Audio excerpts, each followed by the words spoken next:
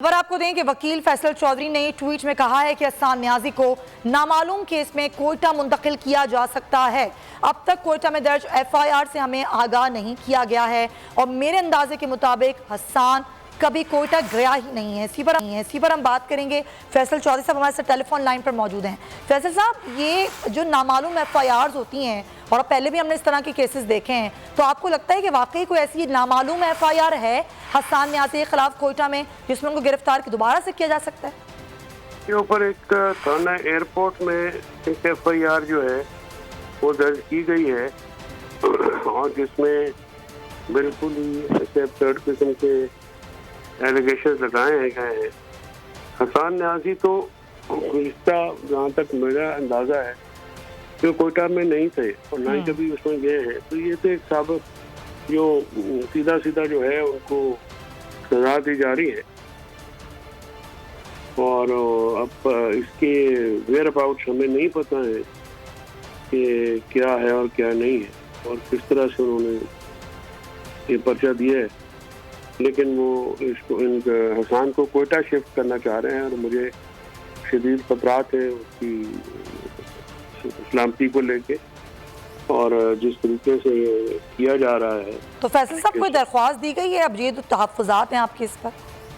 जी, इसमें मजिस्ट्रेट साहब जो हैं उनके सामने हम दरख्वास्त दे रहे हैं जिन्होंने को बुलाया है। ये राहदारी रिमांड होता है, एक लीगल प्रोसेस है, तो हम जो है वो उसका फाइल कर रहे हैं और जो लीगल ऑप्शंस हमारे पास मौजूद हैं हम उनको लेके पूरी तरह से एजिटेट कर रहे हैं और देखते हैं कि क्या बनता है।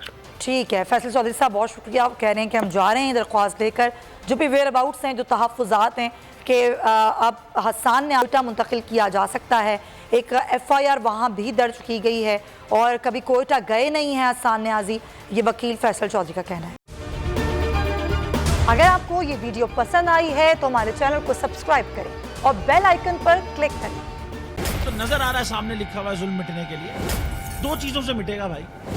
एक, अदल की कुर्सी पे जो लोग बैठते हैं ना, वो अदल के हिसाब से फैसले करने लगे। दूसरा, कौम निकल खड़ी हो जुल्म के खिलाफ, तो जुल्म खत्म हो जाएगा। या इन दोनों में से कोई एक चीज हो जाए या दोनों हो जाए। अगर 420 का मुकदमा था, उस वक्त अदलिया में जो लोग बैठे हुए केस देख रहे थे वो पूछते ना, यार चीट हुआ कौन है? जब उनको दिखता कोई चीट नहीं हुआ, केस खत्म कर देते। तो जालिम जुल्म कर ही नहीं पाता। 9 जजेस ने नोट बिफोर किया मेरे केस को, यार 1.5 साल चला। शख्सी जमानत का केस, सेम केस इस्लामाबाद में कर दिया। एक ही इल्जाम पे 2 केस हो नहीं सकते भाई। मतलब 60 दिन का वक्त होता है, 102 दिन के बाद मैं जीत गया, केस बरी हो गया, 102 दिन के बाद अपील फाइल की, एक्सेप्ट कर ली। नहीं करते ना एक्सेप्ट, खत्म हो जाता ना जुल्म यार। भरी अदालत में मुझे बरी कर दिया, फिर पता नहीं क्या हुआ, 2.5 घंटे बाद का नोट बिफोर, मैं नहीं सुनता ये केस। खड़े रहते अपने फैसले पे, मिट जाता जुल्म। अल्लाह ताला ने बिठाया इन कुर्सियों पे इनको यार, ये अल्लाह ताला की तरफ से फैसले करने हैं। तो या तो ये फैसले आएंगे, जुल्म मिट जाएगा, या कौम खड़ी हो जाएगी जुल्म के खिलाफ।